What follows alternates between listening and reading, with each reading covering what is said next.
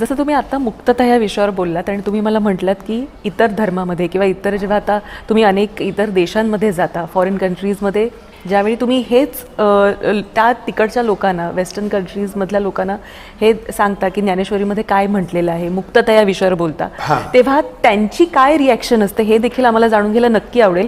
कारण जसं तुम्ही आता म्हटलं की इतर ह्याच्यामध्ये जशी एखादे तत्व फॉलो करा असं म्हटलेलं, तसं आपण म्हणतोय मुक्त करा असं ज्ञानेश्वरीमध्ये म्हटलेलं. तर हे ते मुक्तता ते कसं स्वीकारतात, कसं बघतात त्या मुक्ततेकडे? प्रोसिजर आहे आपल्या ह्याच्यामध्ये की जसं तर तुम्ही आहात, तुम्ही ज्यावेळेस कॉलेजमध्ये शिकत होता तेव्हा तुम्ही आत्ताप्रमाणे बोलू शकत नव्हता. पहिल्यांदा तुम्ही अध्ययन केलं, नंतर तुम्हाला अनुभव आला आणि नंतर तुम्ही मुक्त झालात.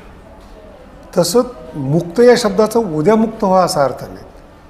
त्याचं विचार प्रक्रिया काय आहे त्या अध्ययन करा, विचारांचा अनुभव घ्या आणि मग तुम्ही अज्ञानातल्या विचारातून मुक्त व्हा.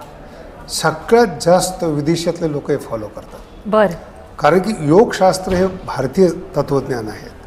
पूर्ण जग आज योग करतात. अमेरिकेतले सगळ्यात जास्त लोक योगा करतात आणि सगळ्यात जास्त फास्ट फूड इंडियामध्ये विकलं जातं. किती विरोधाभास आहे. तुमचं जे चांगलं आहे, माझे 2-4 मित्र आहेत, विदेशातली लोक हरिद्वार ऋषिकेशला योगा शिकायला येतात आणि ते तिथं जाऊन त्यांचं इन्स्टिट्यूट काढतात. वा. आणि आपण त्यांच्यामध्ये जे फास्ट फूड आहेत, शरीराला घातक वस्तू आहेत.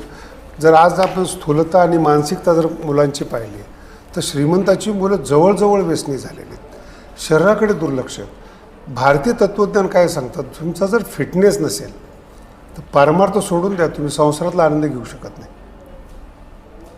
मग त्याच्यासाठी योगा आहे, ब्रेनसाठी न्यायशास्त्र आहेत आणि हार्टसाठी भक्तिशास्त्र आहेत.